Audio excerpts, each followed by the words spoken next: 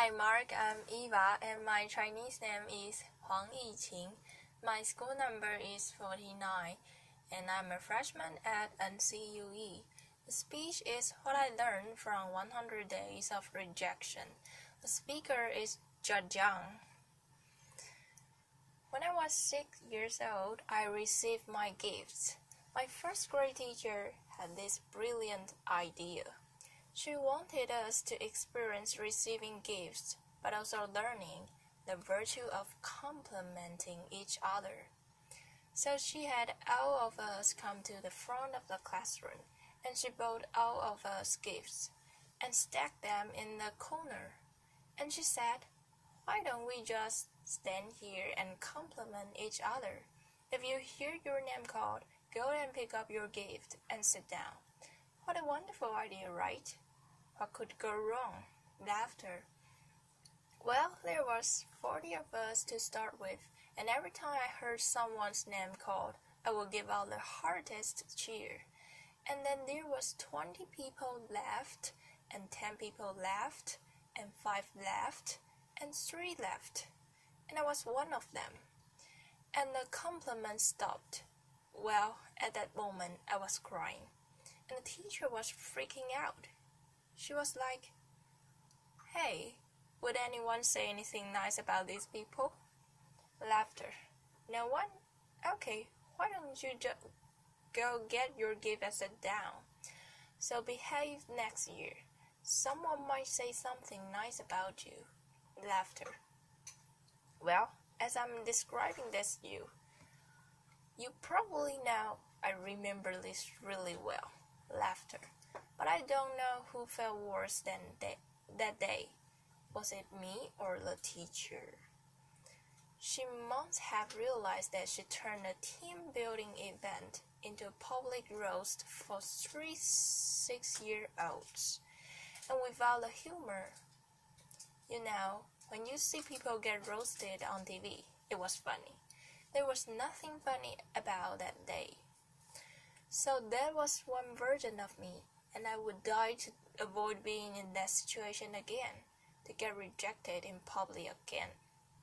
That's one version. Then fast forward 8 years, Bill Gates came to my hometown, Beijing, China, to speak, and I saw his message. I fell in love with that guy. I thought, wow, I know what I would do too. I know what I want to do now. That night I wrote a letter to my family, telling them, by age 25, I will build the biggest company in the world, and that company will buy Microsoft. Laughter. I totally embraced this idea of conquering the world donation, right? And I didn't make this up. I did write that letter, and here it is. Laughter. You don't have to read it through. Laughter.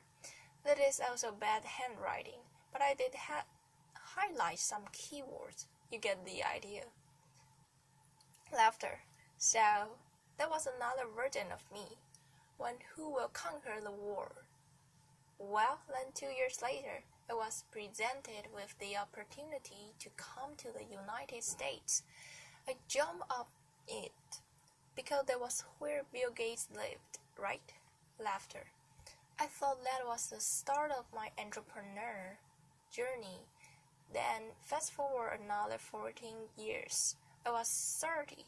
No, I didn't build that company. I didn't even start. I was actually a marketing manager for a Fortune 500 company. And I felt I was stuck. I was stagnant. What is that?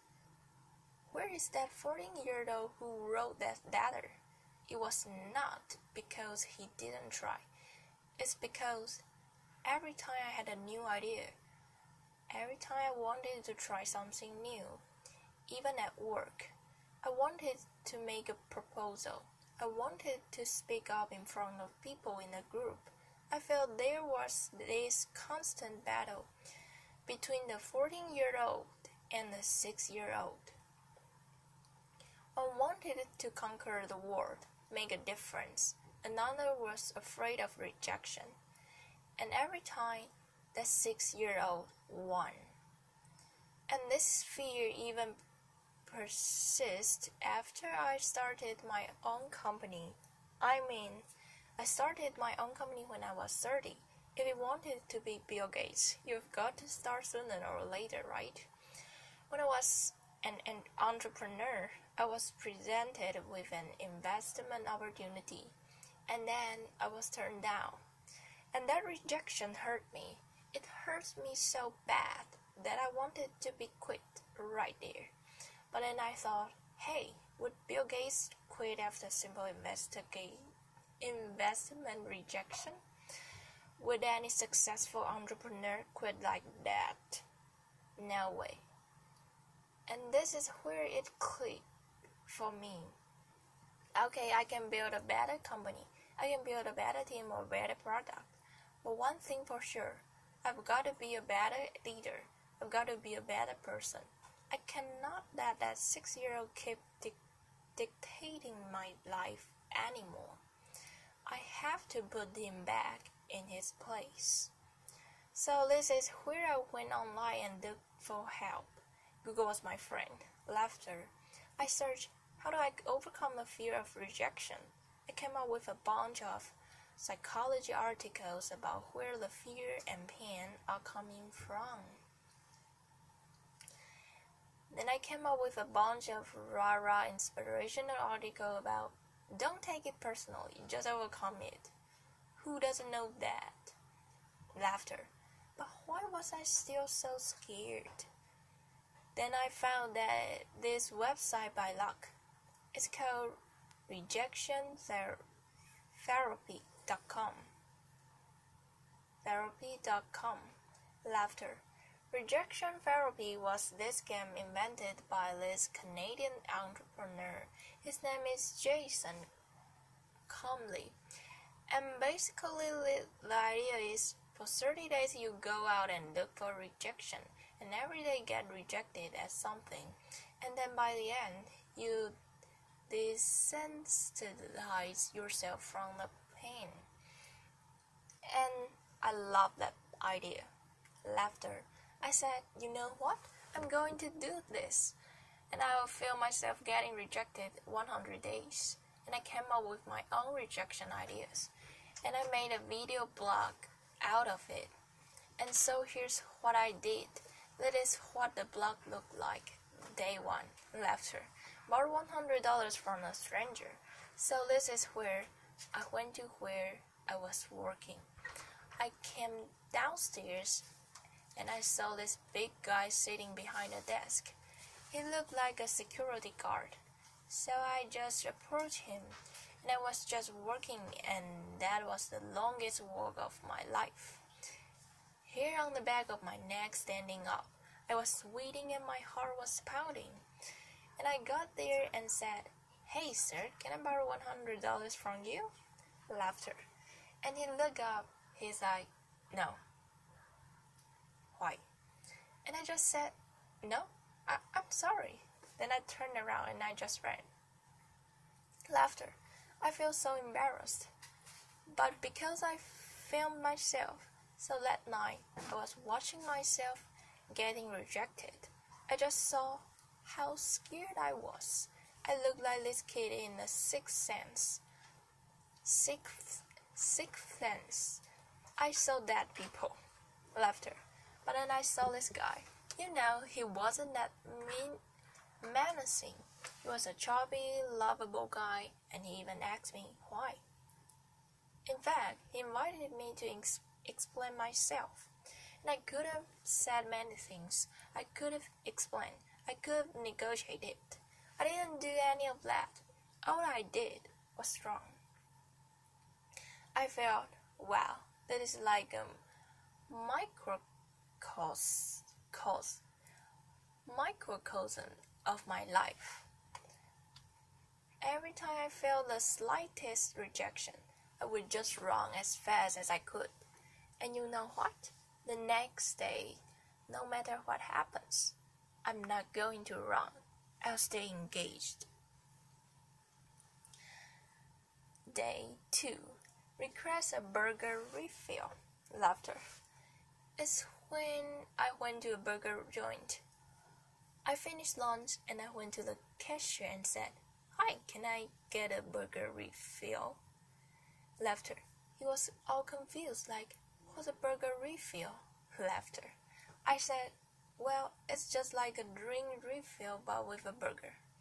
And he said, "Sorry, we don't do burger refill, man." Laughter. So this is where rejection happened, and I could have run, but I stayed.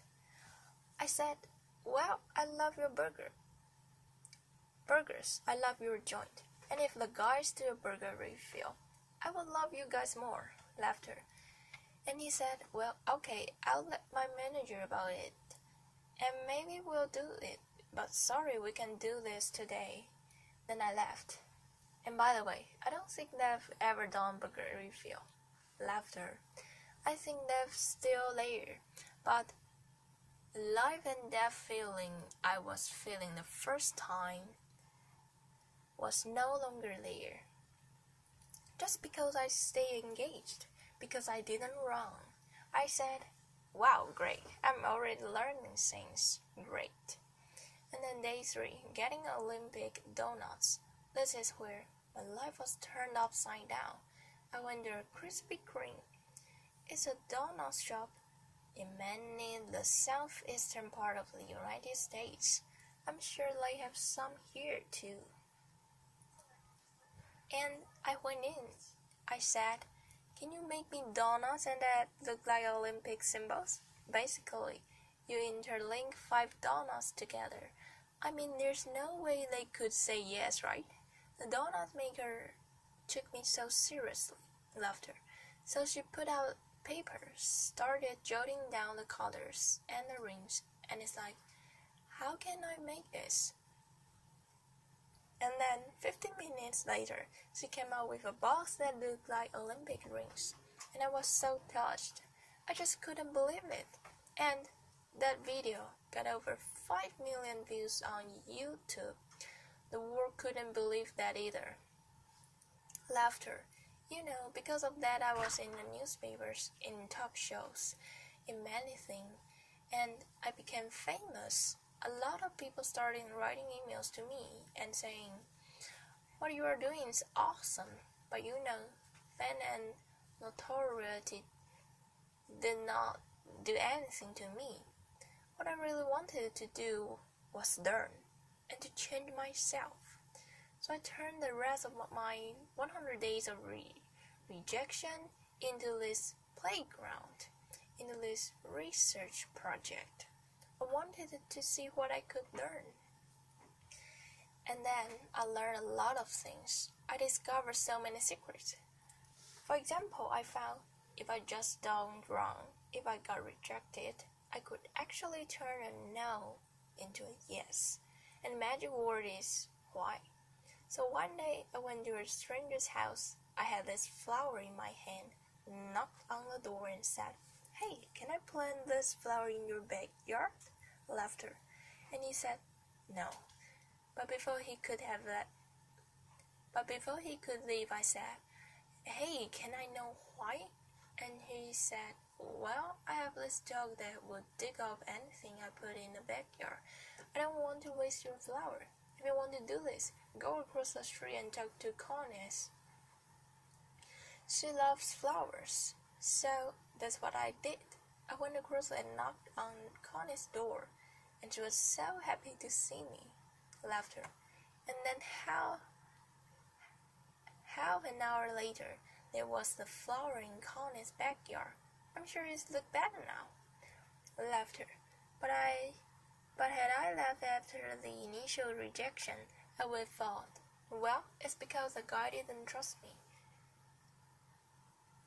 It's because I was crazy, because I didn't dress up well, I didn't look good. It was none of those. It was because what I offered did not fit what he wanted, and he trusted me enough to offer me a referral, using a sales term. I converted a referral. Then one day, and I also learned that I can actually say certain things and maximize my chance to get a yes. So for example, one day I went to a Starbucks and asked the manager, "Hey, can I be a Starbucks reader?" He was like, "What's a Starbucks reader?" I said, "Do you know those Walmart readers? You know, those people who say hi to you before you walk in the store and make sure you don't steal stuff, basically. I want to give a Walmart experience to Starbucks customers." Laughter. "Well, I'm not sure that's a good thing, actually. Actually, I'm pretty sure it's a bad thing." Bad thing. And he was like, "Oh, yeah, this is how he looked. His name is Eric." And he was like, "I'm not sure. This is how he was hearing me. Not sure." Then I asked him, "Is that weird?" He's like, "Yeah, it is really weird, man." But as soon as he said that, his whole demeanor changed. It's as if he's putting all the doubt on the floor. And he said, "Yeah, you can do this. Just don't get it too weird." Laughter. So for the next hour, I was on the Starbucks reader. I was the Starbucks reader. I said hi to every customer that walked in and gave them holiday cheers. By the way, I don't know what your career trajectory is. Don't be a greeter. Laughter. It was really boring. But then I found I could do this because I mentioned, "Is that weird?" I mentioned the doubt that he was having, and because I mentioned, "Is that weird?" that means I wasn't weird. That means I was actually thinking just like him, seeing this as a weird thing. And again, I learned that if I mention some doubt people might have, if I ask a question, I gain their trust. People were more likely to say yes to me. And then I learned I could fulfill my life dream by asking. You know, I came from 4 generations of teachers, and my grandma has always told me, "Hey, Jiang, you can do anything you want, but it'd be great if you became a teacher." Laughter. But I wanted to be an entrepreneur, so I didn't. But it has always been my dream to actually teach something.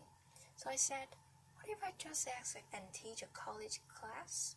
I lived in Austin at the time, so I went to University of Texas at Austin and knocked on professors' doors and said, "Can I teach your class?"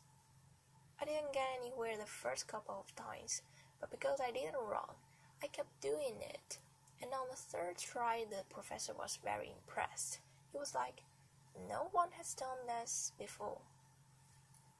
And I came in prepared with PowerPoint and my lesson. He said, "Wow, I can use this. Why don't you come back in 2 months? I'll fit you in my curriculum." And 2 months later, I was teaching a class. This is me. You probably can't see. This is a bad picture. You know. Sometimes you get rejected by lighting, you know. Laughter. But wow, what I finished teaching that class. But now, when I finished teaching that class, I walked out crying because I thought I could fulfill my life dream just by simply asking. I used to think I have to accomplish all the things, have to be a great entrepreneur or get a PhD to teach, but now I just asked and I could teach. And in that picture, which you can't see, I quote Martin Luther King Jr. Why? Because in my research, I found that people who really change the world, who change the way we live and the way we think, are the people who were met with initial and often violent rejections. People like Martin Luther King Jr., like Mahatma Gandhi, Nelson Mandela, or even Jesus Christ. These people did not let rejection define them. They let their own reaction after rejection define themselves, and they embrace rejection. And we don't have to be those people to learn about rejection. In my case, rejection was my curse, was my boogeyman. It was bothering me my whole life because I was running away from it. Then I started embracing it. I turned that into the biggest gift in my life. I started teaching people how to turn rejections into opportunities. I used my blog, I used my talk, I used the book I just published. And I'm even building technology to help people overcome their fear of rejection. When you get rejected in life, when you are facing the next obstacle or next failure, consider the possibilities. Don't run. If you just embrace them, you might become your gifts as well. Thank you. Applause.